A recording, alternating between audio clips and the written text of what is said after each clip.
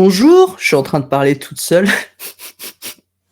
J'espère que vous allez bien. Je suis désolée, en fait, je regardais parce que je vois là dans que ça met que la connexion est instable. Alors, j'ai rajouté pour ceux qui n'ont pas suivi, j'ai souvent des bugs, ça bug parfois et du coup, c'est Olivier qui m'avait dit de changer mon, matériel, dans mon je vais vous partager ici, peut-être que vous verrez mieux, voilà, dans mon TP-Link, ici. Et donc j'ai modifié ici, mon serveur, enfin ma connexion Wi-Fi, j'ai mis un répétiteur Wi-Fi dans mon bureau, donc normalement le signal est excellent. Donc vous me direz si c'est le cas ou si ça bug encore chez vous. Bonjour Dolores, bah, ça fait plaisir de te retrouver ici. Hop. Donc pour ceux qui arrivent dans cette émission, alors je suis désolée, des fois je regarde à gauche, c'est mon écran où je vois vos commentaires. Dans cette émission, des astuces no-code et productivité d'une moldue. Vous voyez, j'ai un nouveau t-shirt, je ne sais pas si vous voyez. Hop, je trouvais ça sur internet, ça m'a fait rire. Bande de moldus. Bonjour Stéphane. Et donc l'objectif de cette émission, c'est quoi? C'est on va voir pendant 1 heure. Alors des fois on dépasse un peu, mais là je vais essayer quand même de faire 1 heure. Ah bah Franck, il me dit que mon image, elle frise encore. Alors je ne comprends pas, pourtant j'ai mis, je ne comprends pas pourquoi, parce que voilà. Comme je vous disais, voilà. Vous voyez, j'ai rajouté un répéteur Wi-Fi ici et ça me met que j'ai un très bon signal. Donc je ne comprends pas pourquoi ça freeze sur StreamYard. Si quelqu'un sait, parce que je suis pas une spécialiste des réseaux Wi-Fi, j'aimerais bien comprendre parce que là, je mets un répéteur Wi-Fi, je fais plein de choses pour un super réseau, ça fonctionne bien. J'ai fait d'autres lives en passant par d'autres plateformes. Donc je me dis que peut-être c'est StreamYard qui consomme énormément, je ne sais pas. Je ne sais pas. Bon, du coup, on aura encore des images de moi en mode freeze, moi je suis désolée. Dolores qui compte sur moi pour me booster nos codes. Alors, le but de cette émission, justement, c'est quoi? C'est de donner des conseils, de vous partager aussi des apprentissages que je fais en tant que moldu. Pourquoi moldu? Parce que en fait, je viens pas forcément du monde de la tech, d'ingénierie et cetera. Moi, je viens, enfin, j'ai un bac informatique, mais après je fais des études de psychologie et d'ergonomie en IHM qui m'ont beaucoup servi au final pour tout ce qui est interface, UX et cetera. Mais je suis pas ingénieur en informatique, développeur, code et cetera. Donc c'est pour ça que je me considère comme une moldue, parce que des fois je comprends pas tout le langage qui est utilisé par certains pros. Et je me suis dit, vu que j'ai galéré des fois pour comprendre des choses, bah, je vais essayer de présenter moi aussi des astuces, des petites choses que j'apprends pour les débutants intermédiaires en langage moldu. Même si maintenant j'utilise aussi certains langages plus techniques, donc si c'est le cas, n'hésitez pas à me le dire. Donc voilà, donc Dolores, je vais pas forcément te booster nos codes, mais je vais te montrer des astuces, qui me font gagner du temps, qui peuvent te faire gagner du temps sur des outils que j'utilise comme Airtable, Coda.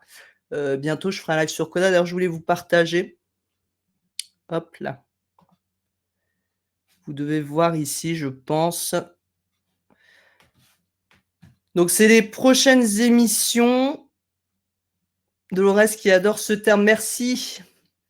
Donc les prochaines émissions, donc les émissions terminées pour ceux qui nous rejoignent et qui n'ont pas vu les premières émissions. Bonjour Xavier. Bon, je suis désolée Xavier, a priori je frise encore. Alors pourtant j'ai mis le répétiteur Wi-Fi et tout, mais a priori ça frise toujours. Alors, je passe peut-être StreamYard qui bug chez moi, je ne sais pas. Donc on avait fait 2 émissions déjà que vous retrouvez les replays sur la chaîne No Code France de YouTube, où je connecte Calendly, Call.com, donc qui sont des services de réservation en ligne en Airtable et Make pour automatiser. On a fait 2 émissions sur comment gérer sa communication sur les réseaux sociaux, la gestion de ses posts avec Airtable et comment on automatise la diffusion sur LinkedIn, Instagram, Facebook ou d'autres réseaux. Alors à chaque fois, moi je montre avec Airtable qui est un outil sur lequel je me suis formé à la base, même si maintenant j'utilise un petit peu Coda par rapport à Notion, enfin je fais pas mal de tests, et Smart Suite aussi en lien avec Airtable. Mais voilà, tout ce que je montre en fait est adaptable avec ces autres outils. Sauf là, bon, c'est des petites astuces Airtable. Donc on avait vu le mois dernier 14 astuces et là, on va continuer où je vais vous montrer en fait, du coup, comment on va, pouvoir lancer des webhooks sur Make. Alors je vais vous expliquer de le reste, t'inquiète pas, ce qu'est le webhook, comment on va lancer un scénario sur Make et pourquoi en fait c'est intéressant pour utiliser des scripts dans Airtable. Donc on va regarder un petit peu ça. J'en profite juste pour vous dire que j'ai déjà un petit peu réfléchi aux prochaines émissions. Donc le mois de juillet, il y a une émission, il n'y en aura pas une au mois d'août. Et ensuite, on va voir, je vais vous montrer comment j'ai mis en place un scénario sur Make, et Coda. Donc j'ai utilisé ces 2 outils pour générer via un vocal que j'envoie sur Slack. Je génère des posts automatiquement et des idées de posts dans Coda et j'utilise OpenAI, donc je vais vous montrer ça et comment j'ai construit un petit peu, je vais vous expliquer la conception du scénario avec son optimisation. Je vais vous expliquer dans l'émission 8, donc là ce sera en septembre, comment utiliser ChatGPT pour qu'il devienne un peu votre MacGyver. Alors plein de cas concrets, moi, comment je peux l'utiliser aussi. L'émission 9, on va avoir des petites astuces sur Make, qui est un outil d'automatisation, pour ceux qui connaissent un peu comme Zapier, mais qui diffère un peu. Donc pour ceux qui débutent, je vais montrer des petites astuces que j'ai appris au fil de l'eau. L'émission 10 de novembre, je vous montrerai comment créer un produit sur Stripe, vendre et automatiser après un paiement, donc avec Make aussi. Et l'émission 11, je vais vous montrer comment on peut utiliser un outil qui s'appelle Toggle pour gérer le temps et suivre le temps, surtout quand on est freelance et qu'on travaille pour des clients au temps.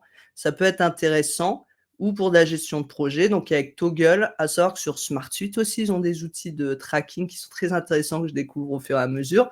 Mais voilà, je vais vous montrer, c'est un outil gratuit que vous pouvez utiliser, Toggle. Et on va automatiser avec Make pour calculer automatiquement le temps passé sur des missions. Voilà un petit peu le programme de l'année. Peut-être qu'il va bouger un peu. Si vous avez d'autres demandes, n'hésitez pas.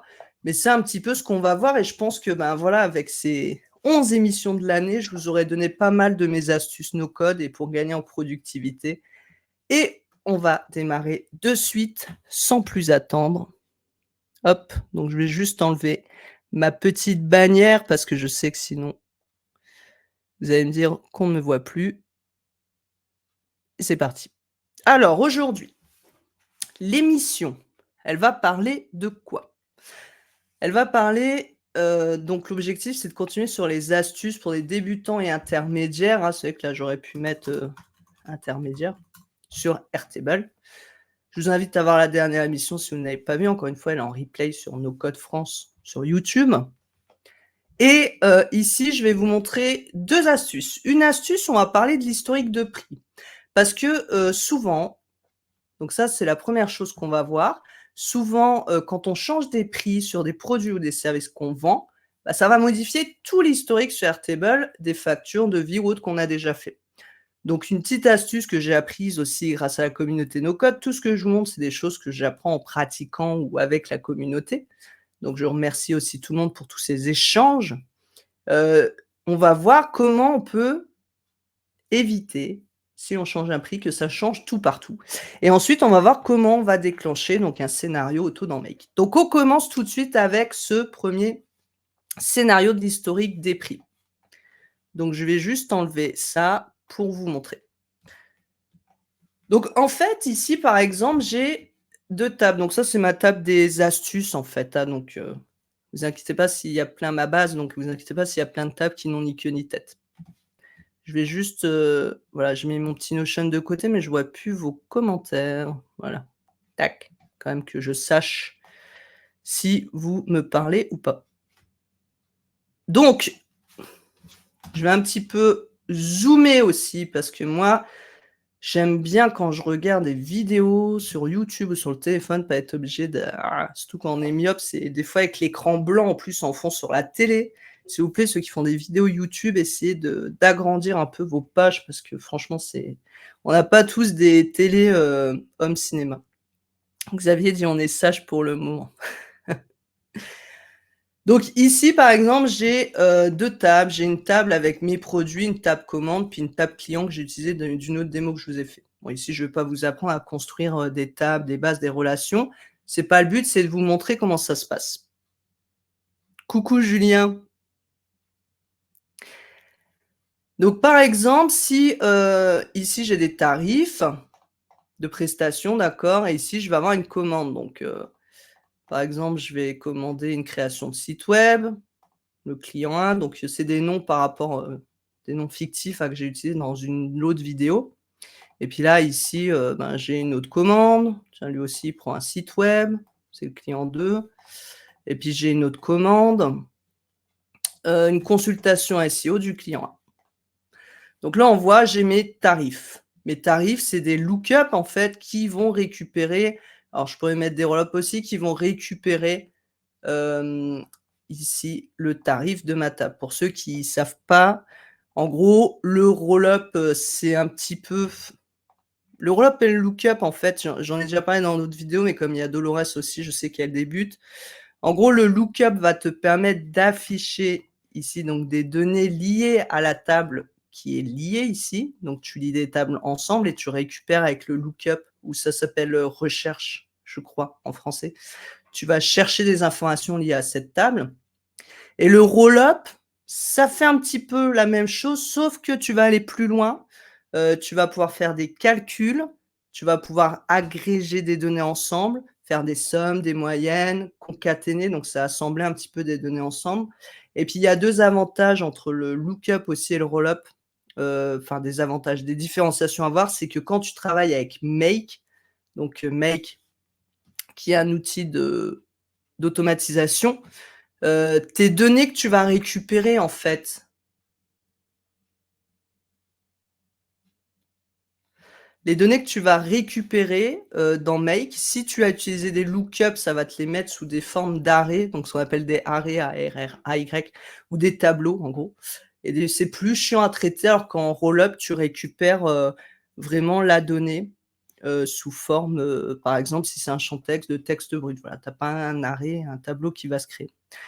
Julien dit: «Attention au lookup sur les commandes car tu veux conserver les prix». Bah, justement Julien, c'est le sujet, c'est de montrer l'astuce pour comment conserver ses prix et éviter justement, c'est pour ça que c'est marqué «mauvaise solution» puisque, j'explique ici des petites, astuces un petit peu sur Airtable aussi que j'ai apprises au fil de l'eau comme j'expliquais avec la communauté ou de mon expérience et donc je montre la mauvaise solution pour les débutants quand on gère des prix et qu'on veut garder l'historique. Donc là, ici, donc je crée les commandes. Si j'utilise cette histoire de lookup, si maintenant je change le tarif, ce qui va se passer, par exemple, si maintenant je dis: «Je veux augmenter mes prix et mettre 3 000 € et je veux créer une nouvelle commande», bah, vous voyez que dans les anciennes colonnes, comme le dit, Julien, d'ailleurs je vous invite pour ceux qui ne connaissent pas Julien Mottet à aller voir sa super chaîne YouTube et ses lives aussi. C'est pas grave Julien. Je comprends comme tu es the, best, amoureux de Airtable que quand tu vois ce genre de choses, tu as envie de tout de suite dire: «Non, faut pas faire ça», mais c'est très bien, merci. Donc ici, ce qui se passe, c'est qu'en effet, bah, si je mets le prix, que je change mon prix, bah, toutes mes anciennes commandes, elles vont prendre le nouveau prix et donc ça ne va plus, ça va changer dans mes factures, mes devis, tout ce qui est lié à cette commande va changer. D'ailleurs, Julien, si je dis des bêtises, n'hésite pas, parce que je suis pas au même niveau que toi. Donc là, je partage des petites astuces débutants, un peu intermédiaires, mais n'hésite surtout pas à me reprendre. Donc, ce que je faisais moi à l'époque, au début où je débutais dans Airtable et ce que beaucoup font parfois, c'est qu'on se rajoute une colonne de statut et donc je vais remettre mon ancien prix et puis je vais mettre si le prix il est actif ou inactif. Et ensuite, ce que je faisais avant de connaître cette technique très pratique que je vais vous montrer, bah, je copiais, je dupliquais, voilà. Et ici, du coup, je changeais le prix, donc le nouveau prix. Celui-là, je supprimais les commandes qui étaient liées à l'ancien prix, je mettais inactif et donc ce qui fait qu'ici, ben, si je crée une nouvelle commande, donc je vais reprendre, voilà, vous voyez, du coup, j'avais les prix actifs, inactifs.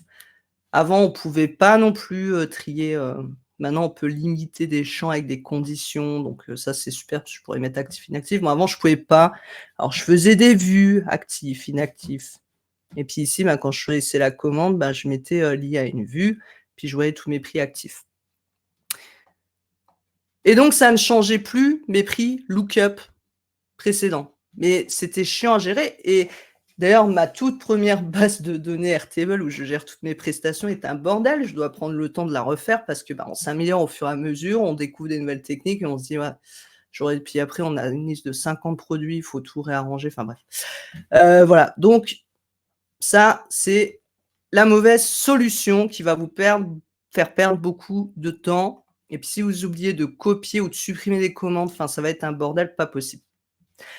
Alors ce qu'on va faire, la bonne solution, une des «bonnes solutions» entre guillemets, c'est qu'on va copier les montants de ces tarifs en dur, ce qu'on appelle en dur. Ça veut dire qu'on va les copier dans une autre colonne pour garder l'historique de ces prix et ensuite, et ben, même si on change les prix de la prestation, ça ne modifiera plus les prix du produit dans les commandes. Julien qui dit: «Moi, j'ai mis 6 mois à me rendre compte de cette mauvaise pratique». Bah, écoute, je crois que j'ai mis plus longtemps que toi, Julien. Au début de tu sais, tu as un peu la galère de dire, «Je crée». En fait, tu dupliques les prix, mais après tu penses à dire: «Je vais peut-être faire des listes avec des statuts», puis au final, enfin, c'est vite un bordel monstre. Donc, je vais vous montrer un exemple que j'avais fait pour un organisme de formation. Ici, donc je vais vous montrer les petites tables que j'ai créées. Donc il y a pas toutes les infos des tables, de l'organisme de formation que j'avais créé bien sûr, mais c'est pour vous montrer un petit peu les données qu'on aura. Donc on a par exemple une table avec des formations. Donc j'ai un nom de formation, un montant hors taxe global. Le montant hors taxe global, en fait, il dépend ici de mes modules de formation. Mais bon, chaque module, en fait, dans ce cas pratique, a un prix. Voilà. Ici, j'ai des modules de formation, donc j'ai mes 3 formations qui sont ici et pour chaque formation, j'ai des modules et ces modules, en fait, ont chacun un prix. Donc je vous montre ce cas pratique. C'est pas tout le temps le cas des organismes de formation de faire les prix par module, mais cet organisme de formation m'avait demandé de pouvoir adapter les formations suivant les modules demandés par le client et donc d'avoir un prix par module et pas un prix par formation. Donc si on prend la formation complète, en fait, c'est juste qu'on a tous les modules de formation dedans et ensuite on va pouvoir créer des sessions de formation et ces sessions, eh bien ici, on pourra choisir les modules qui seront dans la session liée à la formation. Vous me dites, si c'est pas clair, hein. Et ensuite, on va pouvoir inscrire des clients à cette session de formation.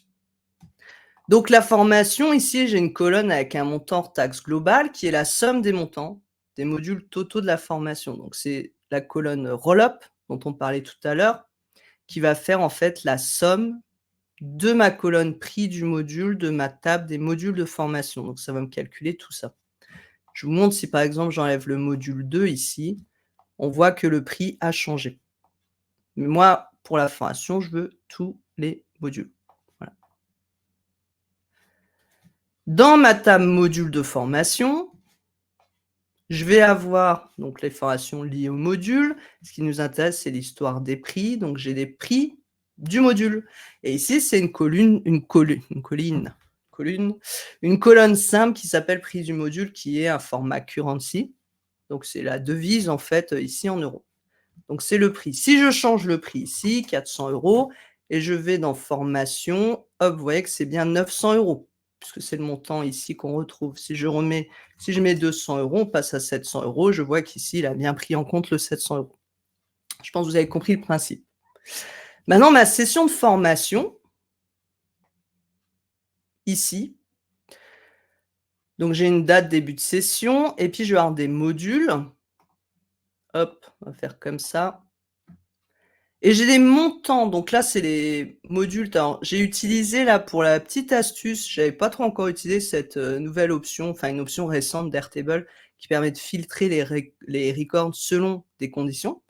Donc ici, moi, je filtre les modules pour éviter de chercher dans tous les modules où ben, les formations sont identiques, hein. Et donc, ce qui fait qu'en effet, quand je clique, vous voyez, comme je suis dans la formation marketing digital, il va me mettre que les formations marketing digital. Ça, je trouve ça vraiment génial. Si ici, je prends la formation planter des tomates et que je cherche des modules, il va me mettre que les modules de planter des tomates. Ça, c'est vraiment génial parce qu'avant, il n'y avait pas. et bah, c'était pas pratique pour sélectionner les modules. Donc je trouve ça plutôt quand même cool. Julien qui dit: «C'est génial, oui». Donc ici, on a donc notre montant hors taxe par module choisi. Donc ici, j'ai fait aussi un roll-up qui va calculer dans les modules de formation, il va reprendre les prix des modules, comme on a fait pour formation, selon les modules qui vont être choisis. Et donc ici, ça va me mettre le prix au moment de la commande. Julien qui dit: «J'attendais cette feature depuis 2 ans, c'est la dernière feature qui me manquait dans les bases». Et ouais, et j'ai vu là aussi le post, de Noam C, un autre spécialiste d'Airtable, qui disait qu'ils avaient travaillé sur les portails. Donc j'ai hâte de voir ce que ça va donner.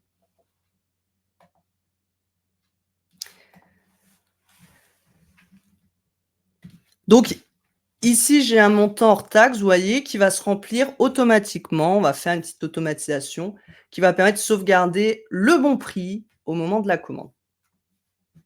Donc ici, on va avoir un prix qui s'affiche et vous allez voir si je l'enlève, ça va passer à 500 €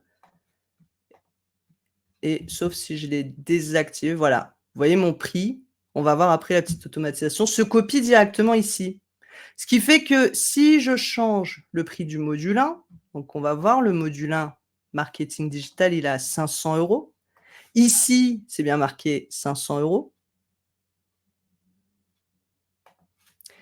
Si je change le prix, on va voir que, bah, ça va le changer. Non, ici, ça ne le changera pas. Parce que ça, c'était le prix donc avant la commande. J'ai mis au moment de la commande, mais c'est un peu avant la commande et vous voyez que ça ne change pas ici le prix de ma session parce que ça, c'est le prix de la session au moment de la commande par contre. Ça, c'est le prix, actuel d'ailleurs. Ça, c'est, j'aurais pas dû mettre ça, c'est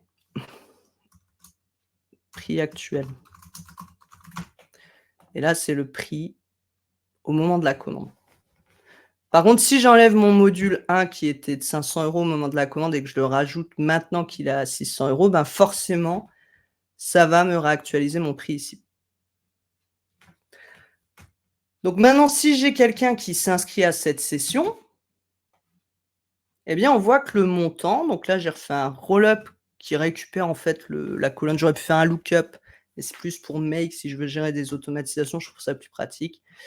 Je fais le roll-up ici, du montant hors taxe de ma table session de formation, donc je récupère ce prix.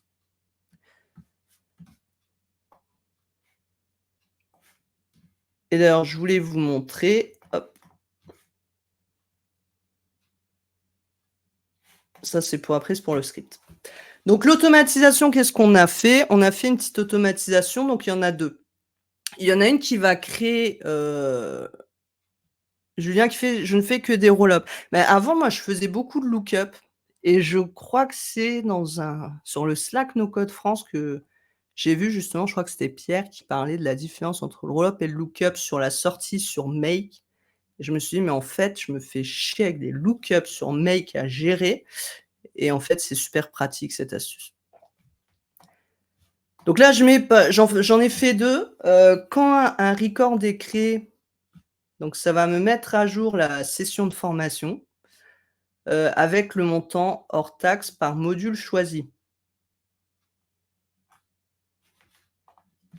Donc dans la session et ensuite j'ai fait une autre quand un record, donc un enregistrement est mis à jour dans ma table session de formation, donc le champ module de formation, quand ce champ est modifié, que j'ajoute ou que j'enlève des modules de formation, ça met à jour dans ma table session le montant hors taxe par module choisi.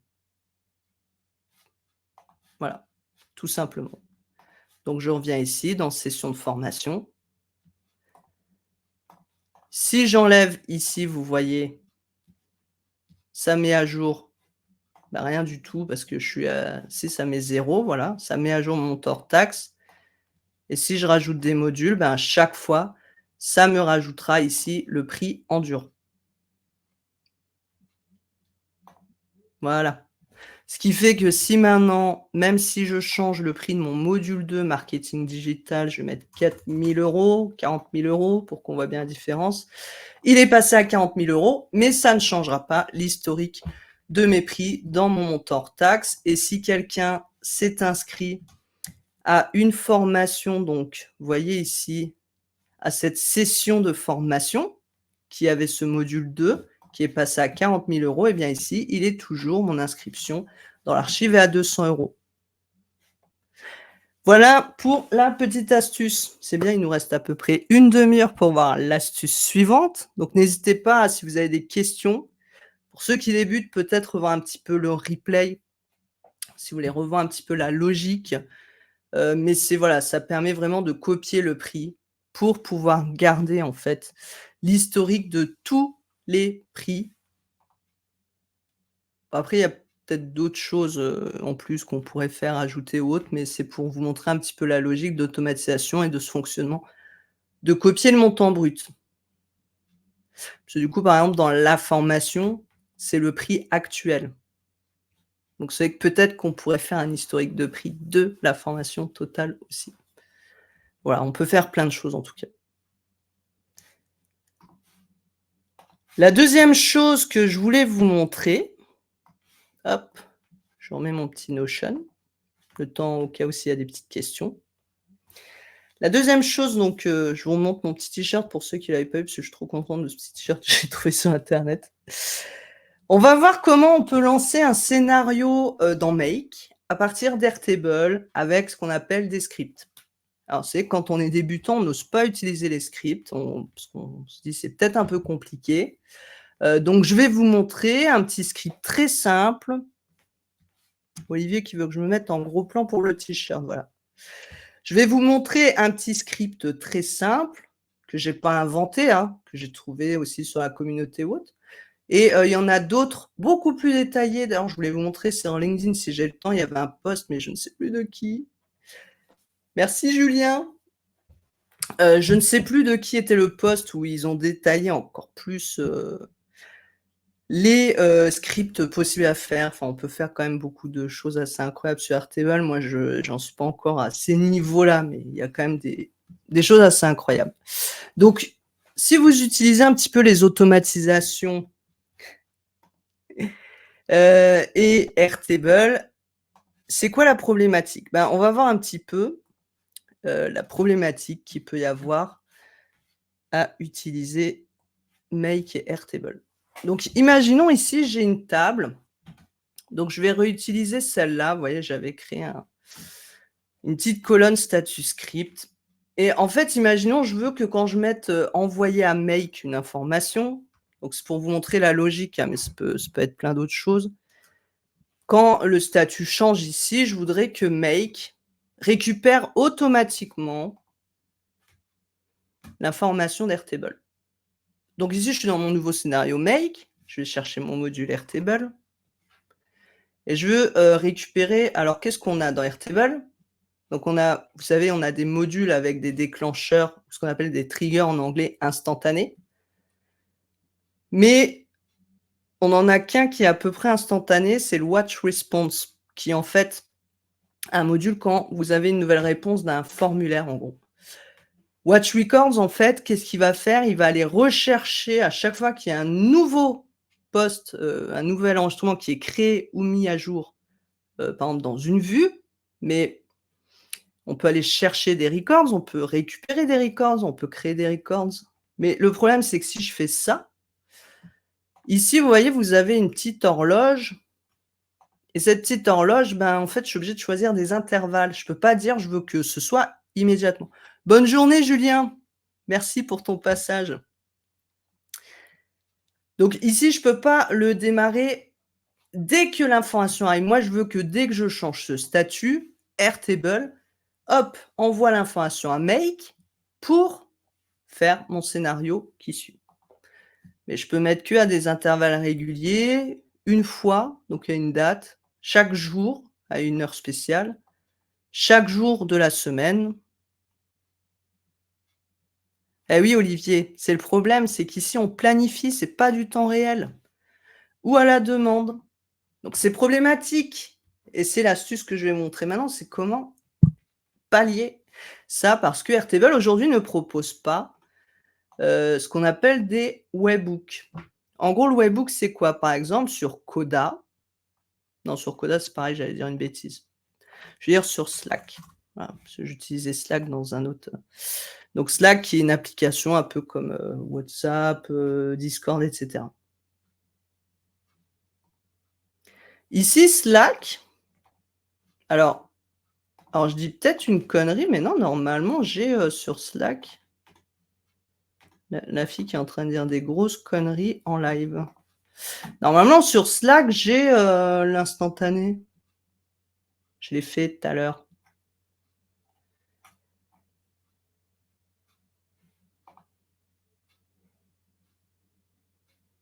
Bah, ça ne marche plus.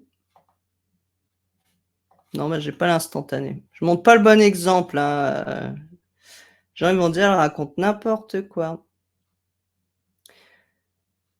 Hem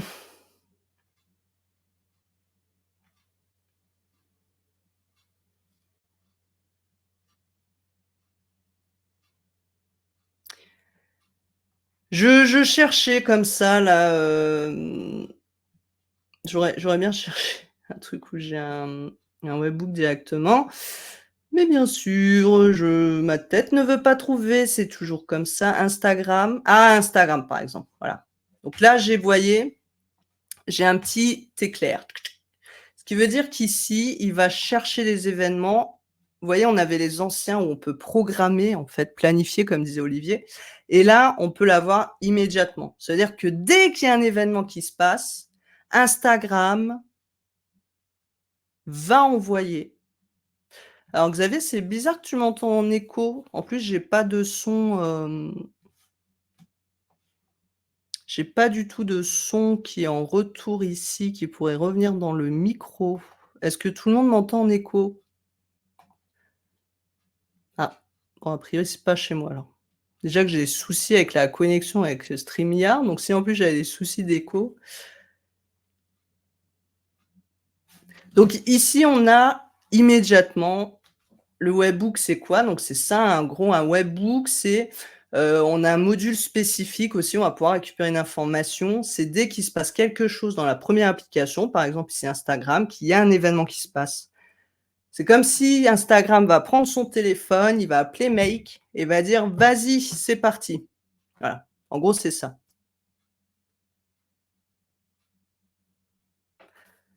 Donc,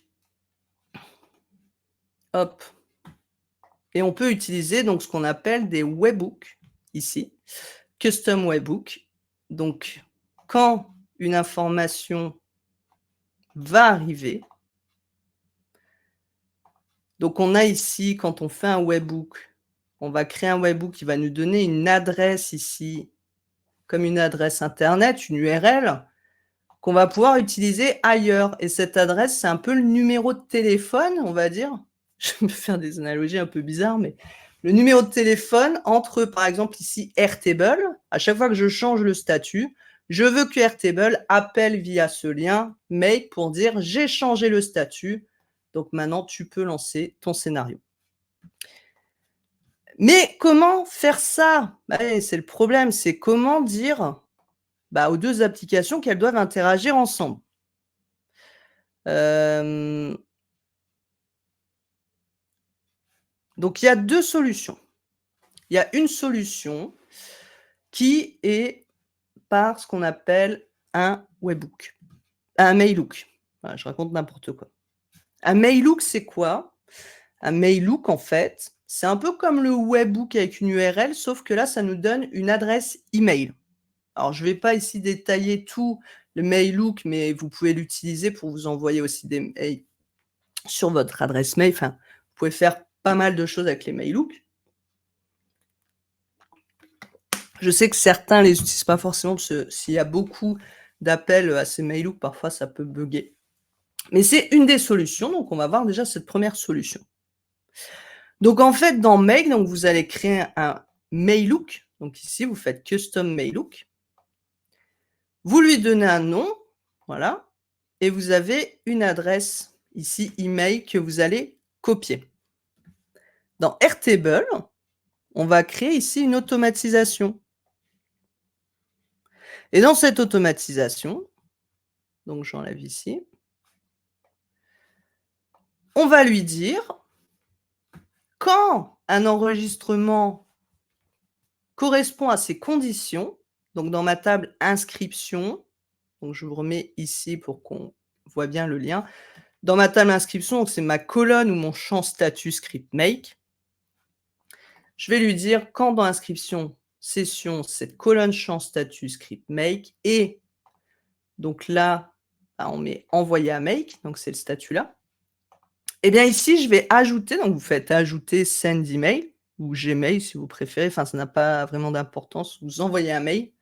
Attention parce qu'ici send email dans Airtable peut être limité sur certains plans. Je vais lui dire de m'envoyer un mail à qui? Eh ben un mail à notre ami Make. Donc vous copiez ici l'adresse mail, vous voyez c'est @nana.com, donc l'adresse mail, vous copiez, copier adresse et vous allez ici la coller et donc on envoie le mail à Make. Donc Make qui va recevoir l'information, donc là le sujet on s'en fout. Le message ici, pour l'exemple, on fait ce qu'on veut. Moi j'ai mis le record ID, c'est l'identifiant de mon enregistrement et le nom du prospect ici dans l'exemple qui a fait la commande, parce que je veux récupérer ces informations rapidement derrière. Donc ici le plus important, c'est aussi de comprendre qu'on envoie à tout, donc à Make. Donc je vais ici et en fait ce qui va se passer déjà, je vais démarrer. Donc je fais run this module only, ça vous permet de pouvoir démarrer des modules tout seul pour tester.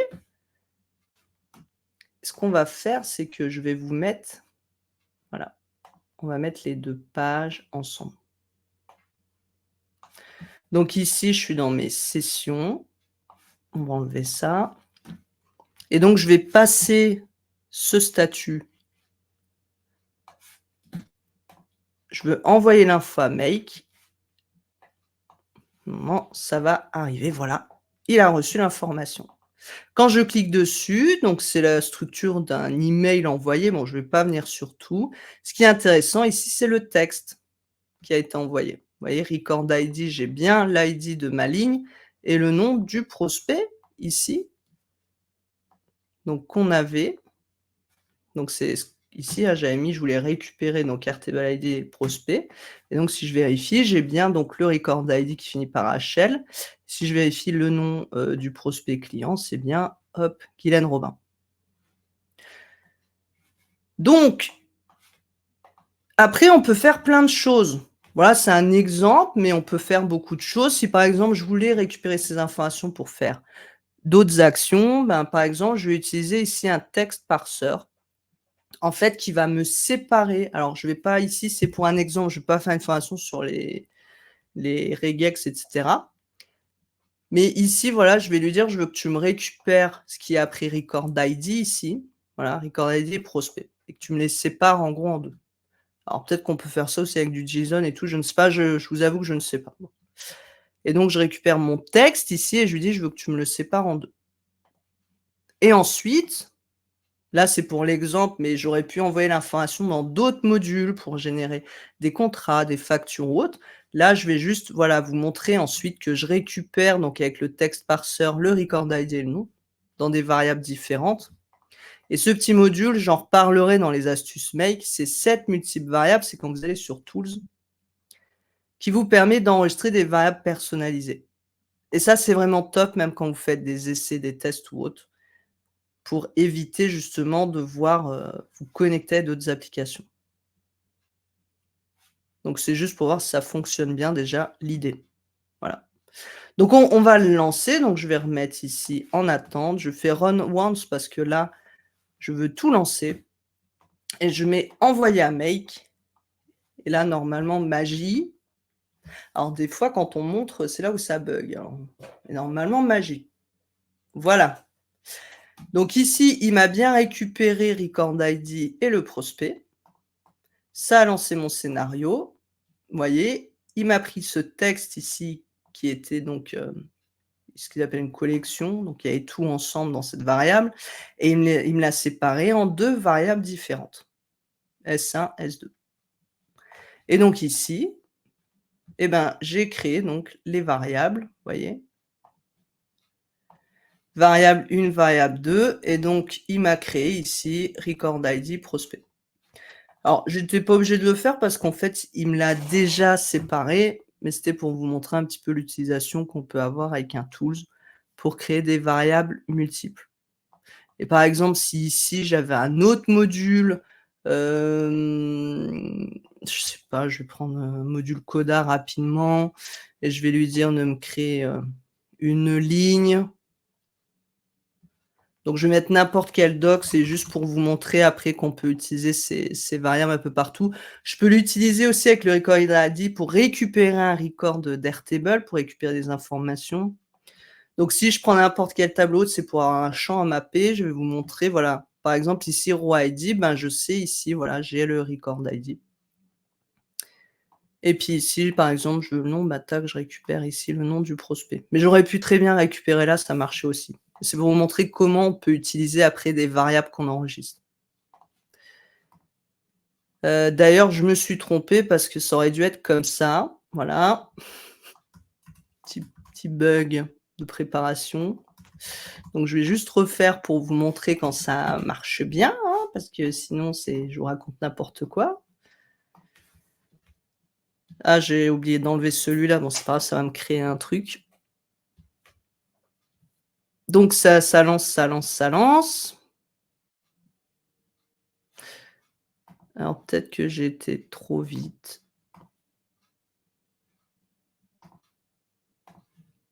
Envoyer à Make. Hop, voilà, forcément dans Coda ça ne marche pas, c'est normal. Et ici voilà, là c'est juste, maintenant j'ai record ID et j'ai le résultat, j'ai prospect et j'ai le résultat. Et forcément là ça n'a pas marché parce que comme j'ai changé les variables, en fait il m'a tout déconnecté. C'est pas bien grave. Donc voilà pour des petits exemples pratiques avec des petites astuces qu'on peut utiliser au fil des modules. Mais j'aurais pu en effet aussi, très bien, pu dire à la place: «Je vais mettre un module Airtable, hop, get a record» et je veux récupérer donc ce record ID. Donc on est dans la base no code astuce Airtable. C'est la table, je crois c'est la session de formation, hein? Inscription. Et donc le record ID, ben, je peux le récupérer là alors pas du webhook. Alors j'ai fait une petite erreur, vous voyez? Je vais mettre previous version. Voilà. En fait, je vais récupérer d'ici. Je vais laisser le tools pour vous montrer, même si le regex suffit à ce qu'il va récupérer. Donc là, maintenant, je fais get a record. En fait, mon text parser m'a permis d'extraire mon record ID, donc je vais pouvoir le récupérer ici. Donc no code astuce Airtable. Donc c'était inscription session et donc voilà, vous voyez, j'ai mon record ID ici que je peux récupérer. Tac. Je fais OK. J'ai oublié bien sûr là de remettre, voilà, ça non, c'est pas grave. Voilà, tac, tac, tac, tac, tac, tac, tac. Et si maintenant je le lance, donc on va recommencer. Bah, je vais utiliser une donnée existante, de quand j'ai fait des tests. Donc là, on voit qu'il m'a bien récupéré mon record ID et le prospect. Ici, il m'a créé les variables. Et ici, je vois que j'ai bien récupéré donc, du record ID dans la base Intel. Donc ça, vous trouvez dans l'URL, la table, il m'a bien récupéré la bonne session, le prospect. On voit que le statut s'est envoyé à Meg, Yann Robin, c'est la formation. Alors là, il récupère à chaque fois le record ID. Comme j'ai pas mis de lookup pour justement récupérer les noms, bah là, j'ai pas les noms. Voilà, j'ai bien les dates et les débuts de session qui sont ici. Donc tout ça fonctionne très bien. Donc après, faites attention, vous voyez les formats dates, et cetera, ça c'est autre chose à voir. Donc voilà pour la première partie, pour, on va dire, pouvoir utiliser Donc là, juste avec là, on n'est même pas dans un script, hein. Là, c'est un petit mailou qu'on envoie ici. Donc dans l'automatisation, un email à Make via le Maillook. Maintenant, on va voir avec le script. Donc avec le script, donc là, c'est un message codé. Alors on parle de no code, mais des fois, il peut y avoir un petit peu de code à utiliser. Faut pas en avoir peur non plus, ça peut parfois bien dépanner, comme par exemple la génération de numéros de facture, d'une vidéo de Florian aussi, spécialiste d'Airtable, qui m'a sauvé la vie. Donc ici, si je retourne dans mes scénarios, alors je vais juste enlever là, voilà. Je retourne dans mes scénarios et je vais dans nos codes live avec mes petits scénarios que je vous prépare pour les lives. Et donc là, on va voir ici, vous voyez, le but, c'est on va lancer un script. Comme tout à l'heure avec le Maillook, en fait, on envoyait l'information et on récupérait l'information dans un record. Là, ici, ce que je vais faire, c'est que je crée un webhook. Donc, vous voyez, si vous allez sur webhook, on a le Maillook qu'on a utilisé tout à l'heure. Là, on va utiliser le webhook. Le webhook, donc ça va être une adresse internet, une URL internet, en gros.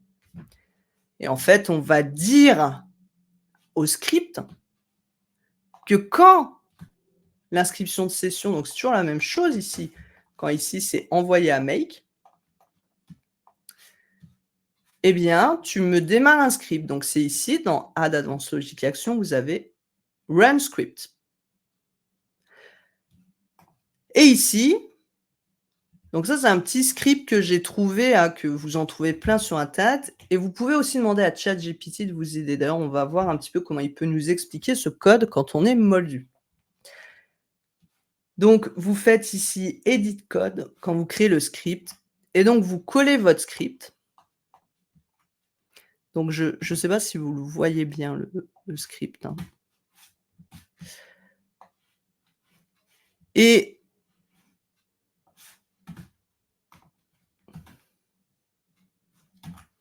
je voulais agrandir la page là, mais je n'arrive pas.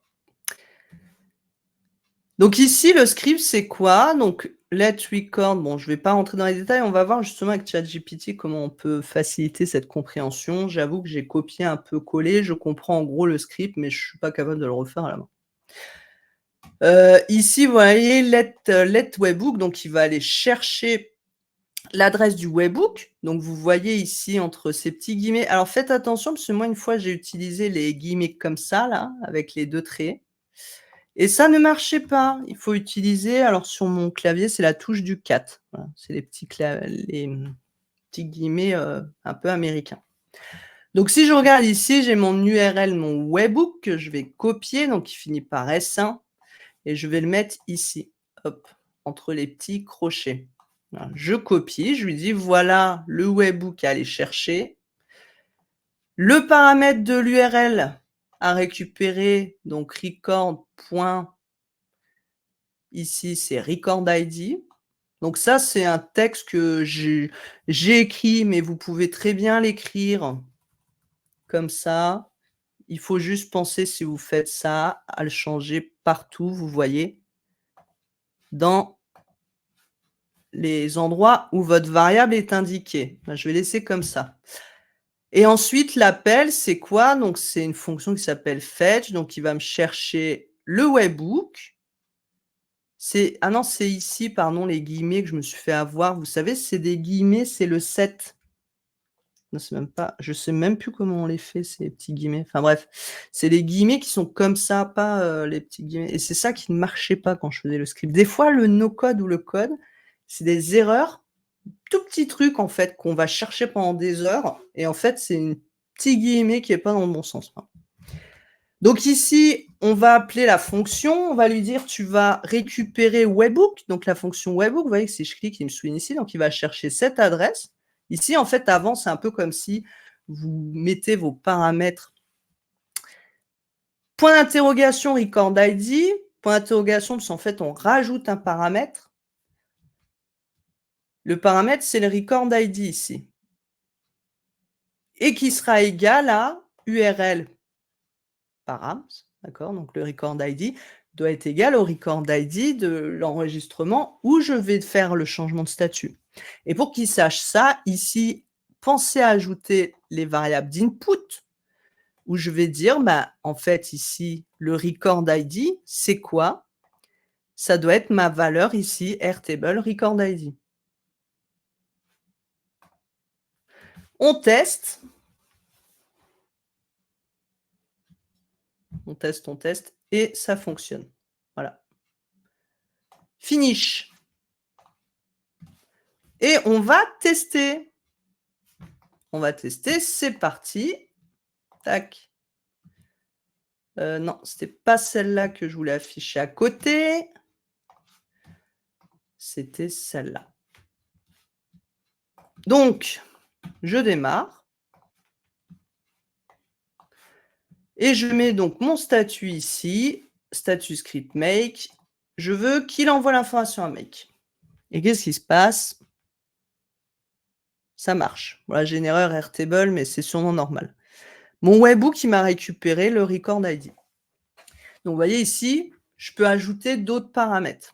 Moi, je vous dis que dans le script, j'ai juste ajouté ce paramètre de record ID, mais on peut récupérer d'autres informations de la table dans le script. Ici, logiquement, on récupère le record ID. Derrière, vous voyez, il ne m'a pas mis le bon, parce que j'ai changé le nom tout à l'heure entre le scénario. Ça, c'est le nom que j'ai donné à mon paramètre. Vous voyez ici dans le script, record ID. Donc ça, vous mettez ce que vous voulez, ce nom. Il faut juste qu'il soit pareil partout pour qu'il sache à quoi correspond cette valeur. Et vous lui dites, tu mets le record ID, donc l'identifiant de ma ligne.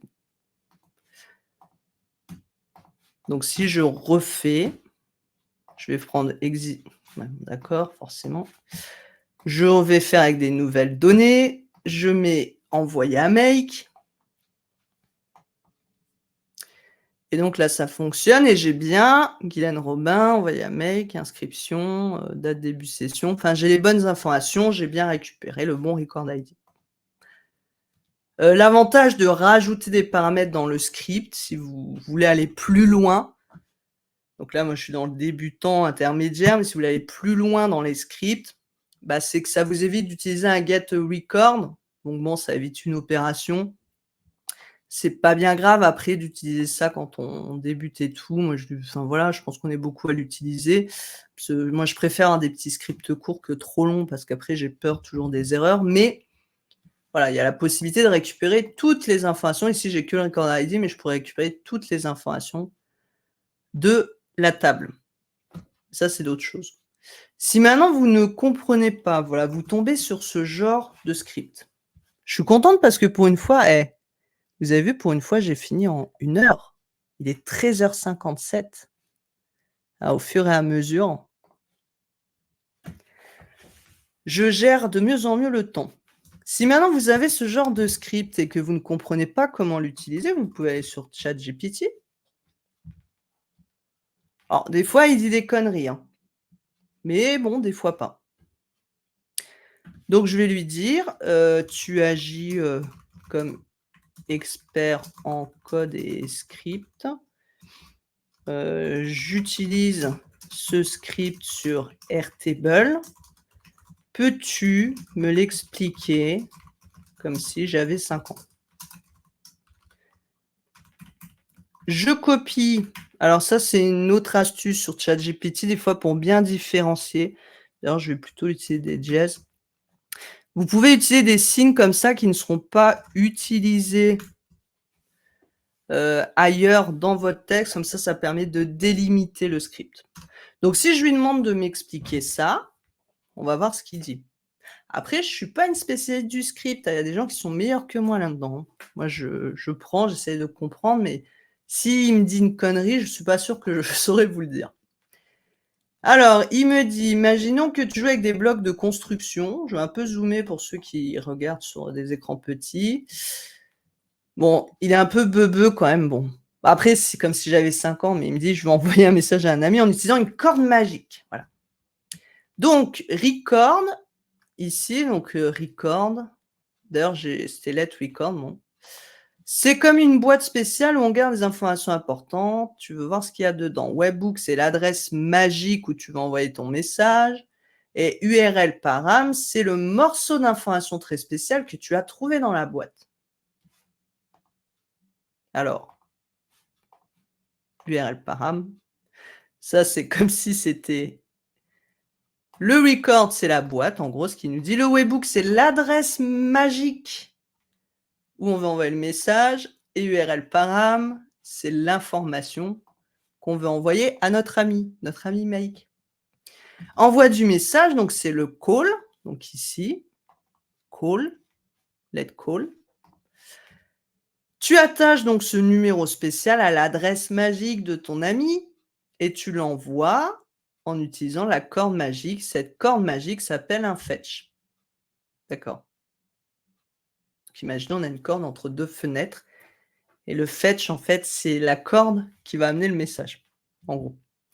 Attente de la réponse, console log call. Après, on va voir le message. Tu regardes pour voir que la corde magique a ramené la réponse. C'est comme vérifier si ton ami a répondu à la lettre. Voilà. Alors, ok. Maintenant, explique-moi chaque partie du code comme à un adulte, mais de façon vulgarisée. On va voir comment il va me l'expliquer maintenant. Là, il va me décomposer. On pourrait utiliser ces termes aussi, de lui dire décompose-moi chaque partie du script pour comprendre. Voilà, c'est le genre de choses que vous pouvez utiliser. Et pour les regex aussi, moi, c'est le genre de choses que je fais. J'utilise ChatGPT des fois pour m'aider à créer, vous savez, le petit regex qu'on a vu pour extraire mon record ID tout à l'heure et puis l'information du nom du client. Donc là, la première partie, donc let record, qu'est-ce qu'il me dit? Il me dit input config, c'est une fonction qui va récupérer les données de configuration fournies par l'utilisateur. Ça peut être des informations comme l'ID de l'enregistrement dans une base de données. Donc let record, en fait, il stocke les informations dans une variable nommée record. Voilà. Ensuite, let webhook, c'est pareil, variable qui contient l'adresse URL vers laquelle nous allons envoyer la requête. Extraction de l'ID de l'enregistrement, ici URL param et une variable qui stocke l'ID de l'enregistrement qui est extrait donc dans notre paramètre record. Et enfin, l'envoi de la requête HTTP. Ici, let call, donc il va utiliser fetch. Fetch, donc c'est une fonction qui va effectuer la requête. La ligne renvoie une requête HTTP GET à l'URL. Alors pour ceux qui connaissent pas trop HTTP GET, en fait, quand vous utilisez des adresses URL, en gros, c'est du HTTP. C'est un langage, si on peut dire ça comme ça, pour communiquer. Quand vous faites http://google.com, HTTP, en fait, c'est une requête qui va aller appeler le site google.com pour simplifier au maximum. Donc là, il dit, voilà, il va chercher avec l'ID, avec ce webhook, donc récupérer cette information qui est stockée dans la variable call. Et ensuite, la dernière ligne imprime dans la console la réponse envoyée, console log, pour afficher les informations pour le débogage ou l'information. Voilà, donc récupération des configurations, on obtient les informations nécessaires pour travailler, définition de l'adresse du service, on spécifie, on envoie les données, extraction d'un paramètre, etc. Je pourrais aller un petit peu plus loin, aller encore une minute, et lui dire, j'aimerais avec un script récupérer tout le contenu de la table et pas que le record ID. On va voir ce qu'il va me faire et puis on va essayer ensemble. D'accord? Je vais le dupliquer. Et on va rapidement essayer justement de créer un script. Copie table complète.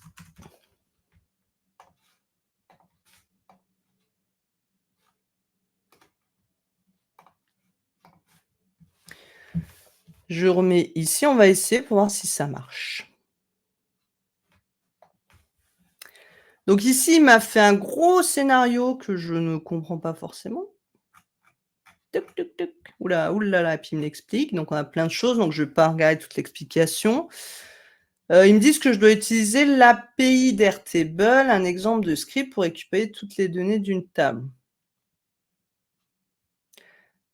Ouais, mais je voulais pas utiliser une API, en fait.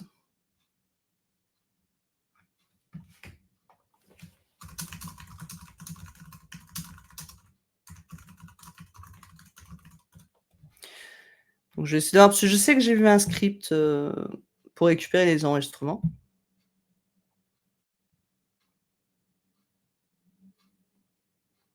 Et qui normalement fonctionne. Tic, tic, tic. Donc je vais sélectionner ça. On voit ici qu'on va sélectionner la table en donnant le nom de la table, je crois que c'est ça que j'avais vu. Sélectionner les lignes de la table. Donc on va essayer ça. Alors ceux qui sont spécialistes du script doivent se demander ce que je fais. Tic, tic. Bon du coup, j'ai peut-être pas besoin de ça. Je suis pas sûr que ça marche, hein. Il m'a rien mis en couleur, donc je pense qu'il m'a fait du caca.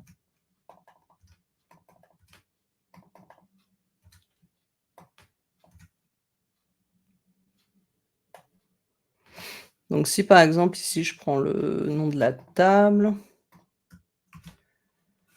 Mais je crois pas que c'était ça le script, hein. Si je teste, il va pas marcher, je pense.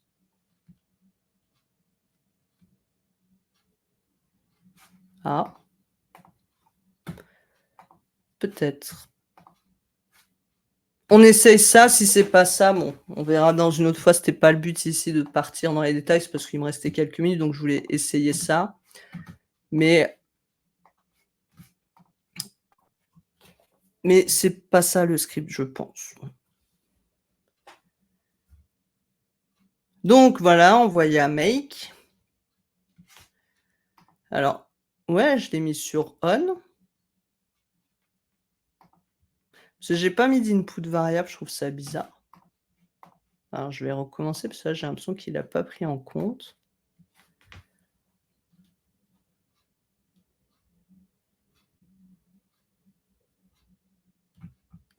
Ça marche pas? Que passa?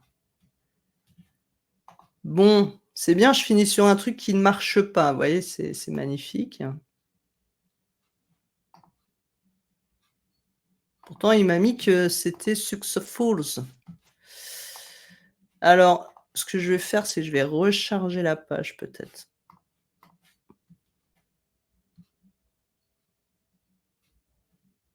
Bah, on est le 19 juin là. Bon. Je refais run.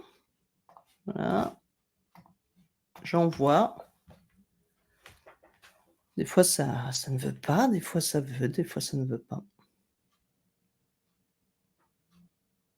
Mais oui, en même temps, c'est normal, ça ne marche pas. En fait, je suis en train de raconter n'importe quoi. C'est l'appel de la fin, hein. Ne m'en voulez pas forcément. Ici, il y a aucun appel au webhook. Il y a pas l'adresse, en fait, du webhook, donc forcément, ça va pas le lancer. Donc ne faites pas attention à ce que je viens de vous dire à la fin, puisque, bah, j'ai raconté des bêtises, ça arrive à tout le monde. Je voulais essayer de rechercher, de faire la maline, mais ça n'a pas marché. Donc voilà. En tout cas, sachez qu'il y a des scripts possibles pour faire des choses beaucoup plus intéressantes ensuite sur Airtable. Alors je vois qu'il y a pas forcément de questions. Donc, ben, je vais terminer. Je suis désolée, je vois que ma connexion est instable. Je comprends vraiment pas pourquoi ça veut pas, alors que là, moi, la connexion chez moi est nickel.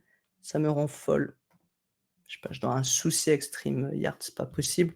Surtout que des fois, quand je fais des lives avec d'autres trucs, ça marche. Je fais des lives sur Instagram, Facebook et tout et ça ne bug pas, donc je ne comprends pas pourquoi. Et puis, ben, en attendant, je vous souhaite à toutes et tous une bonne journée. On se retrouve quand? On se retrouve le 17 juillet.